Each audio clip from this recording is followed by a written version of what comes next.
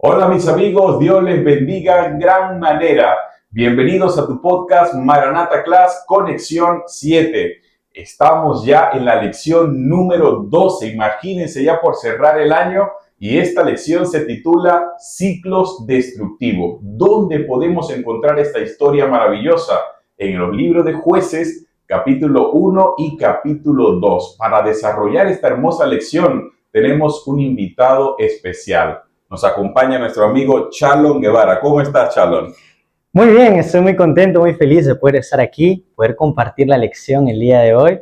Así que listos y animados a poder aprender más. Qué bueno, Chalon. Amigos, mi nombre es Nick Noel y les invito a poder desarrollar esta lección con nosotros acá. Bienvenidos.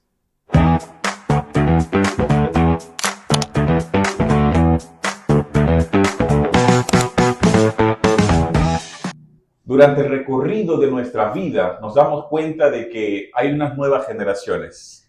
Hay momentos en nuestra vida donde hace falta poder seguir, continuar, donde el legado tiene que avanzar, donde los proyectos tienen que continuar. Y esas nuevas generaciones están preparadas para seguir adelante, para continuar con el legado, para tomar la posta. Querido Chalon, en esta semana la lección nos habla de ese legado que quedó. Una vez hablamos la semana pasada acerca de lo que dejó Josué. Josué ya tuvo que partir, estaba anciano, sus días fueron muchos. Sin embargo, tenía un legado que continuar, había una misión por cumplir. ¿Qué pasó después de esto, querido Chalon?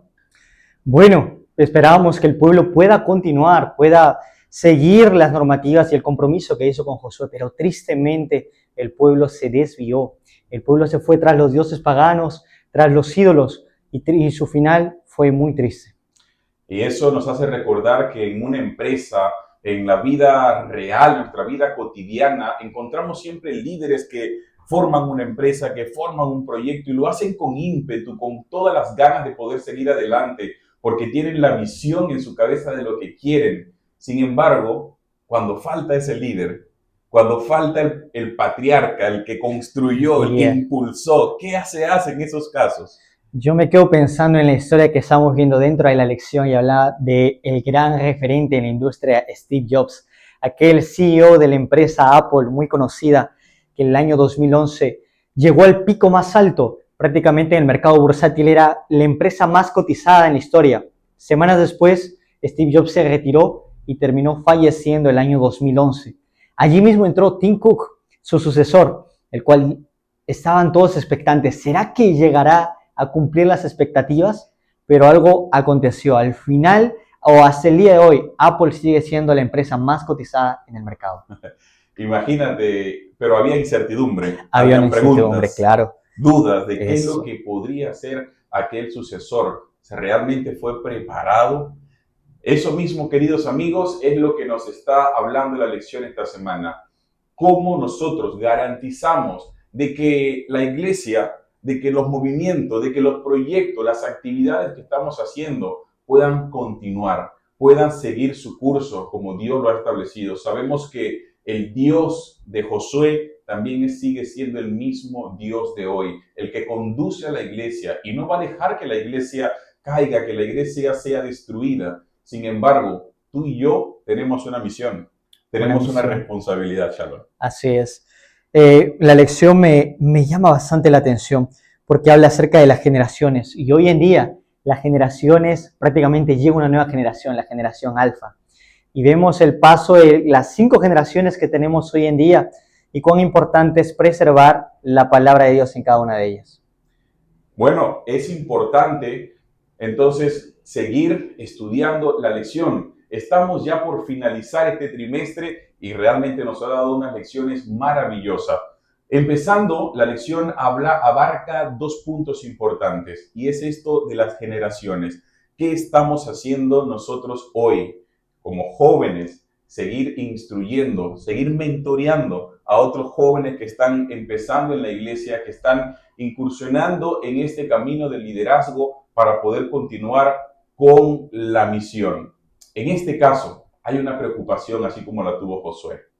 Josué, antes de partir, hizo 4 preguntas al pueblo, a todos los ancianos, los representantes de las tribus, a los príncipes. Y aquellos dijeron, Shalom, de que iban a continuar, de que iban a permanecer firmes, de que no se iban a olvidar de Dios. Sin embargo, encontramos en la palabra de Dios, allí en el libro de los Jueces, en el capítulo 2, verso 11 y 12, dice, después los hijos de Israel hicieron lo malo. Cuando habla después, nos está mencionando cuando murieron aquellos patriarcas, cuando murieron las cabezas del hogar, los ancianos y los príncipes que juraron allí con Josué. Después los hijos de Israel hicieron lo malo ante los ojos de Jehová y sirvieron a los Baales. Dejaron a Jehová, el Dios de sus padres, que los había sacado de la tierra de Egipto, y se fueron tras otros dioses, los dioses de los pueblos que estaban en sus alrededores, y los adoraron, provocando la ira de Jehová. Cuando pensamos en esto y vemos el panorama, un contexto amplio de lo que estaba haciendo el pueblo de Israel, no nos deja de sorprender de que el pecado no ingresa de forma abrupta, de una vez por todas, Chalo, sino que se va metiendo gradualmente. ¿Cómo fue esta introducción del pecado en el pueblo? A mí me llama la atención bastante la frase que se menciona aquí, que dice que Israel se quedó atascado en un patrón que era por generaciones. Y esa caída fue gradual. Entonces, si yo me pongo a pensar, querido hermano Nick, cuando vemos la caída, fue gradual hacia abajo. Muchas veces los éxitos también son graduales hacia arriba. Esperamos a veces tener éxito de la noche para la mañana, o esperamos de un día para el otro, decimos cambió todo. Pero no es que caímos de un día para otro, sino que fue gradualmente, paso a paso. Y cuando damos vuelta, vemos que estamos muy lejos de donde esperábamos estar. Mira, increíble lo que menciona la Biblia también, y lo que acabas de decir, Shalom, es muy importante, porque esa forma de poder actuar nos da primero esa sensación de estar en nuestra zona de confort.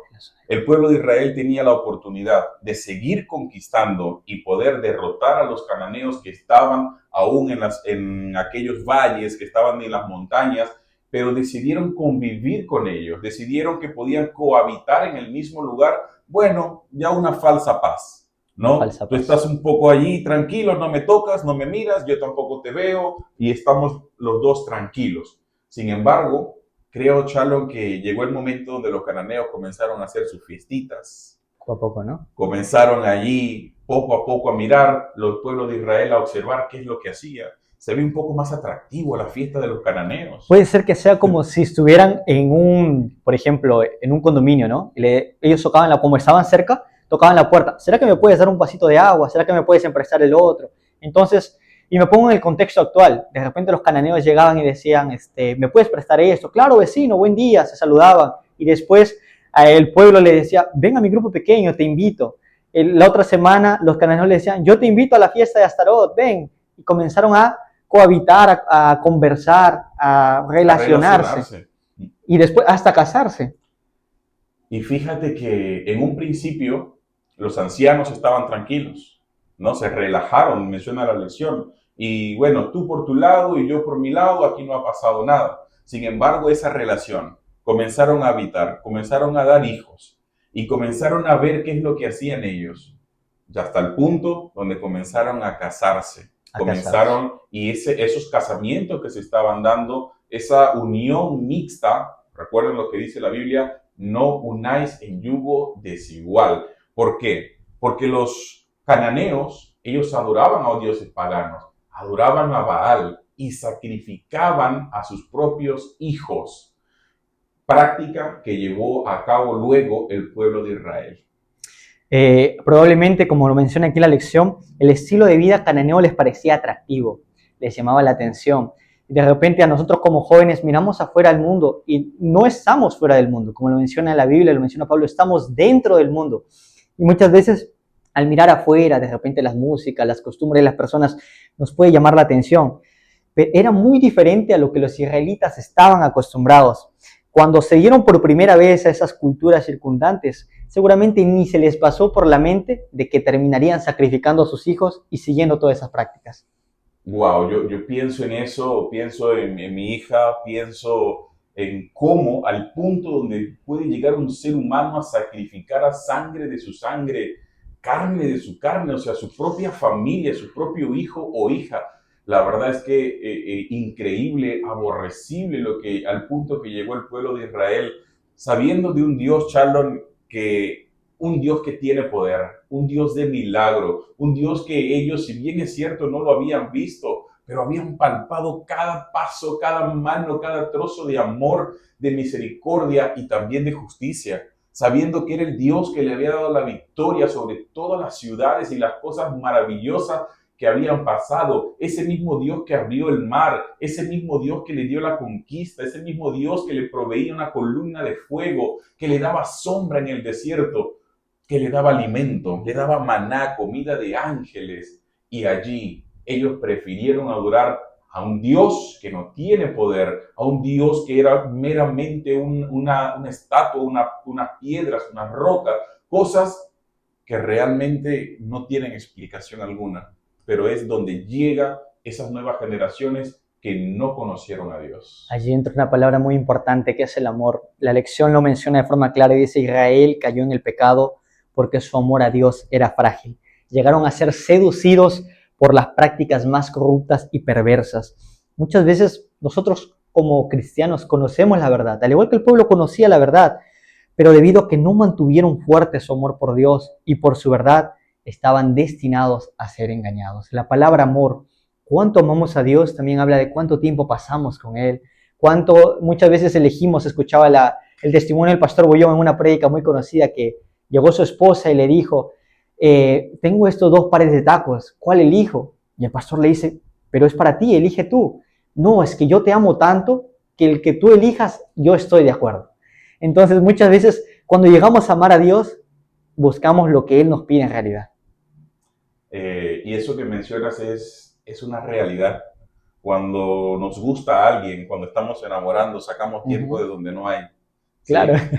Sacamos tiempo. Realmente buscamos la forma de poder escribir en las mañanas antes de acostarnos, de poder tener una cita especial. Nos emocionamos porque nos gusta, estamos enamorados.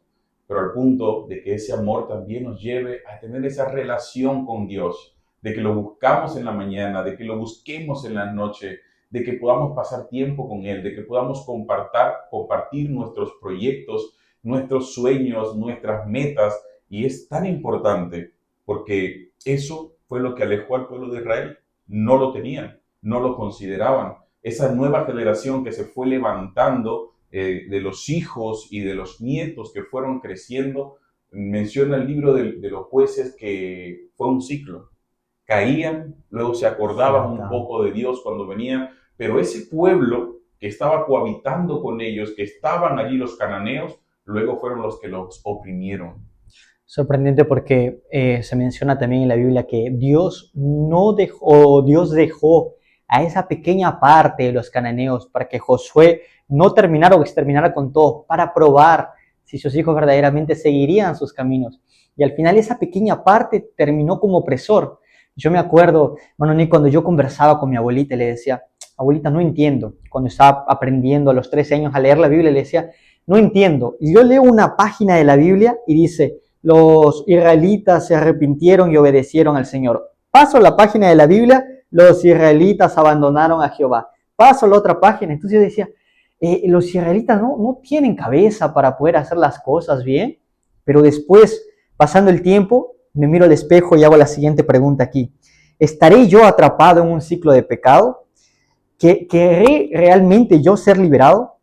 Muchas veces miramos la vida de los israelitas, cómo ellos hicieron, pero de repente nosotros también estamos en ese ciclo de pecado. Por eso Shalom dice la palabra de Dios también que la Biblia es útil para instruir, para enseñarnos.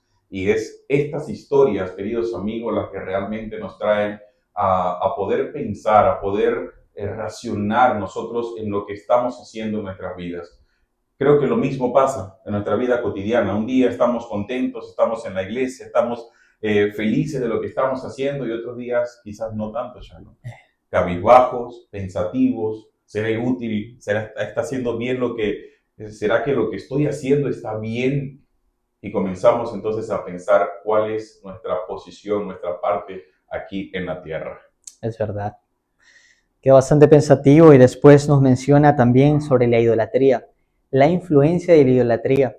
Comenzaron, como mencionaba usted, hermano Nick, de pasar a adorar a un Dios, el cual es con una columna de fuego, ahora a pasar a adorar a un ídolo, el cual era un objeto totalmente. Y eso nos lleva a pensarnos en nuestro tiempo, ahora en la actualidad, ya no hay un Dios, digámoslo, Charlon, así donde veamos directamente a sacrificar un familiar, nuestros hijos, a alguien, ni tampoco creo que sea tan evidente en nuestros tiempos ahora llevar ofrendas, digamos, extravagantes o cortarnos y comenzar. Hay personas que sí, es cierto, hay dioses, hay estatuas, hay cosas que las personas lo colocan por delante de nuestro Dios. Sin embargo, hay dos mandamientos que establecen y que están enfocados realmente en que Dios no aprueba la idolatría. De hecho, Dios rechaza contundentemente. Y el versículo 12 de allí del capítulo 2 hace mención de que la ira de Dios vino, ¿no? Se encendió contra el pueblo por la idolatría. Sin embargo, veamos estos dos mandamientos, lo que habla acerca de no tener dioses ajenos. Pero más allá de eso me llama la atención que dice, porque tenemos un Dios celoso, ¿no? Que visita la maldad de los padres hasta la segunda, hasta la tercera y cuarta generación. Imagínense. Pero también es bondadoso, amoroso, misericordioso hasta 1000 generaciones. Entonces, eso me da esperanza porque sabemos que los que colocan a Dios en primer lugar, los que ponemos a Dios en todas nuestras cosas, lo que hagamos, pues vamos a ser bendecidos. Éxodo 25 lo menciona en Éxodo, los dos primeros mandamientos se menciona claramente, porque yo soy el Señor tu Dios celoso. Pero también en la parte inferior menciona, pero que trato con amor por 1000 generaciones a los que me aman y cumplen mis mandamientos. Dios quiere nuestros corazones completamente. No quiere solamente una parte, no quiere una consagración parcial, sino si elegimos a Él en lugar de cualquier otro Dios, nuestra elección va a tener un impacto no solo aquí en la tierra o en las generaciones a las cuales siguen, sino un impacto eternal por los siglos de los siglos. Amén, amén. Fíjate que la lección habla acerca de esa selección parcial. Elegimos servir a Dios, pero parcialmente. Vamos a la iglesia los sábados, vamos a la iglesia los días de la semana, pero ya luego en mi casa hago otras cosas. En mi casa ya pongo una música que ya no va en coordinación con mi creencia, con mis principios, con la adoración a Dios. Busco hacer otras actividades que realmente no glorifican a Dios. Sin embargo, esa doble vida, estar cómodo con lo que hago en la iglesia, pero también lo que hago fuera de ella, es lo que hizo que el pueblo de Israel desviara su mirada de las cosas de arriba.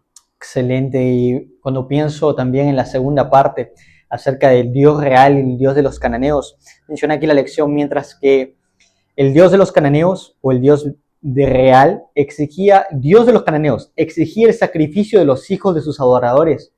El Dios de la Biblia entregó a su propio hijo para morir por cada uno de nosotros. Un contraste drásticamente diferente.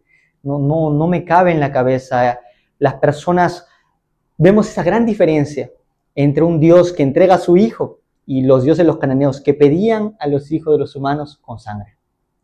Mira qué increíble, al leer esa parte realmente me conmovía mucho porque es la realidad, pero estamos tan cegados, estamos tan ciegos de las cosas que están pasando en este mundo, que las evidencias están allí, que podemos comparar a nuestro Dios, un Dios amoroso, un Dios también que aplica la justicia, pero que su misericordia prevalece por encima de todo. Un Dios que está esperando que nosotros vayamos, que procedamos al arrepentimiento. Sin embargo, decidimos seguir en la miseria muchas veces. Decidimos seguir adorando a las cosas de este mundo, acumulando riquezas, acumulando cosas que realmente no nos llenan espiritualmente, que no nos elevan al cielo y que no nos ayudan a poder seguir construyendo nuestro carácter, que es lo único que llevaremos al cielo. Y Charlon, algo que has mencionado esa comparación del Dios nuestro, el Dios de Jacob, el Dios de Abraham,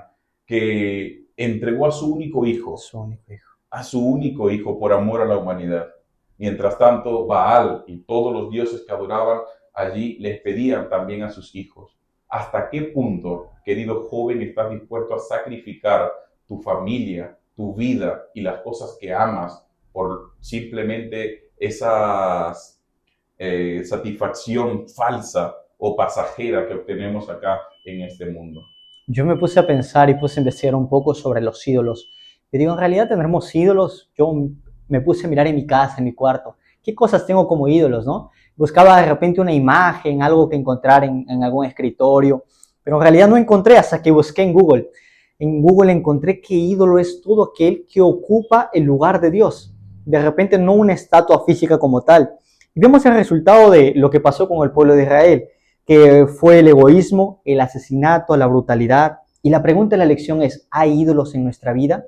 Y yo me puse a pensar, hermano Nick, en el activo más valioso que tengo. Y pensé en el tiempo. Y muchas veces, en mi caso, las redes sociales han ocupado gran parte de mi tiempo. Entonces, me acuerdo cuando me despertaba, y lo primero que ingresaba era ver redes sociales, o era ver si ya respondió a aquel mensaje pendiente que tenía que hacer. Entonces, las redes sociales ocupaban parte de mi tiempo. De repente, para nosotros jóvenes puede ser las redes sociales, puede ser para algunas personas el trabajo, el dinero. ¿Qué otras opciones tenemos como ídolos?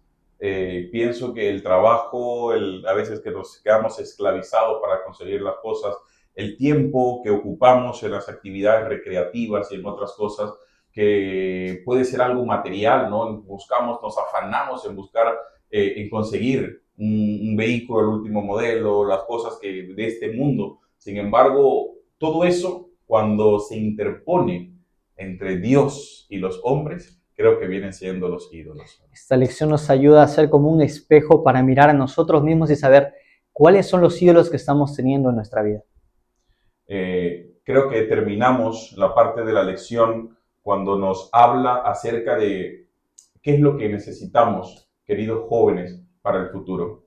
¿Estamos nosotros preparados para afrontar las situaciones complejas, las situaciones difíciles que vendrán en estos últimos tiempos? Y más aún, estamos dejando una nueva generación que realmente no se olvide de Dios y que ponga a Dios en primer lugar.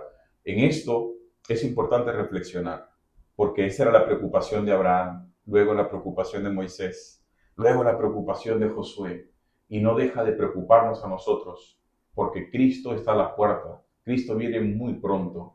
¿Qué estamos haciendo hoy para que eso suceda? Es una pregunta muy interesante. Recuerdo al poder ver la lección, nos mencionan que también los ancianos, quienes eran personas que deberían poder seguir instando, así como lo hizo Josué. Josué instó al pueblo antes de decir aquel versículo muy conocido que yo en mi casa serviremos a Jehová. Hizo un apelo muy fuerte al pueblo, pero aquellos ancianos se dejaron también seducir, dejaron de cumplir su labor de seguir instando al pueblo, seguir manteniendo ese apelo, de que continúen firmes, y al dejar ello causó una gran repercusión en las siguientes generaciones. En sus hijos, en sus nietos, fueron ellos realmente los que comenzaron a casarse, los que comenzaron a buscar e indagar afuera lo que quizás no estaban obteniendo dentro. Porque esa guía, el líder debe guiar, debe acompañar, debe seguir instando. Muchas personas en nuestra iglesia piensan que ya su tiempo terminó, ¿no? Muchos líderes, de hecho, ya yo he estado 2, 3 años allí como director de Maranatha Class, he estado tiempo con tal cosa, ya que vengan otros, y nos dejamos al abandono. Vamos a las cosas donde nos sentimos ya más cómodos, nos relajamos y estamos tranquilos, no sabiendo que Dios nos ha dejado también una responsabilidad para poder velar, guiar, acompañar, mentorear y seguir adelante, porque esta es una iglesia en conjunto. Somos todos el cuerpo de Cristo, somos la unidad, y en esa unidad debemos permanecer todos juntos. Querido hermano Nick, yo cierro los ojos y me imagino al pueblo de Israel. ¿Qué hubiera pasado? La pregunta, ¿qué hubiera pasado si realmente ellos hubieran seguido lo que Dios nos menciona? Hubieran seguido el camino de ir y destruir a los cananeos, no habitar con ellos, no continuar. Y me pongo a pensar también en las cosas que tú, querido joven, Dios tiene grandes planes para ti. Así como tenía grandes planes para el pueblo de seguir conquistando pueblos más grandes, ¿de realmente cumplirás los propósitos de Dios o te dejarás seducir por las pequeñas islas cananeas que hay hoy en día? Son esas pequeñas islas, esas pequeñas tribus que están constantemente bombardeándonos, esas redes sociales, esos mensajes, esos canales que visitas, esas músicas que escuchamos, esas películas que vemos y todas aquellas cosas que poco a poco van seduciendo, atrayendo nuestra mirada, esas avenidas del alma por donde ingresa el pecado poco a poco. Queridos amigos, la invitación es que permanezcamos firmes, aunque se desplomen los cielos. Las cosas que vienen realmente tienen un impacto en nuestra vida. Las decisiones que tomemos el día de hoy son las que van a repercutir el día de mañana. Por eso te instamos, te exhortamos y te invitamos con amor y cariño y con toda misericordia que podamos elegir siempre estar del lado ganador. Ya sabemos quién gana esta guerra, Shalom. Lo sabemos claramente quién gana. Y es importante poder nosotros entonces estar del lado ganador. Querido amigo, un mensaje final para todos nuestros jóvenes, para todas aquellas personas que están allí observándonos fielmente en este canal. Como dijimos, la caída de Israel no fue una caída de la noche para la mañana, fue una caída progresiva. Cada día al despertar tenemos la opción de elegir a Jesús, de elegir convertirnos en esa versión que Él quiere, siguiendo sus propósitos, o podemos elegir prácticamente ir a esas pequeñas islas y perdernos prácticamente esa gran versión que Él tiene para nosotros. La elección es cada día, no es simplemente de la noche para la mañana. Recuérdalo siempre, cada día elegir a Jesús hasta la eternidad. Amén, amén. Cada día es una oportunidad, es una toma de decisiones y esas decisiones son las que van a traer los frutos, las que forman nuestro carácter y las que nos van a traer esa satisfacción de muy pronto encontrarnos con nuestro Salvador. Queridos jóvenes, muchísimas gracias por estar con nosotros. Esto ha sido la lección entonces número 12. Estos ciclos devastadores, estos ciclos pecaminosos, pero que nos invita a salir de allí, a reconocer a Dios por encima de todo y continuar con este legado. Gracias por estar presente, gracias por compartir este mensaje y por también suscribirte allí para que esto te pueda llegar toda la semana. Gracias a todos, que Dios te bendiga, nos vemos en una próxima oportunidad. Shalom, muchas gracias. Muchísimas gracias, hermano.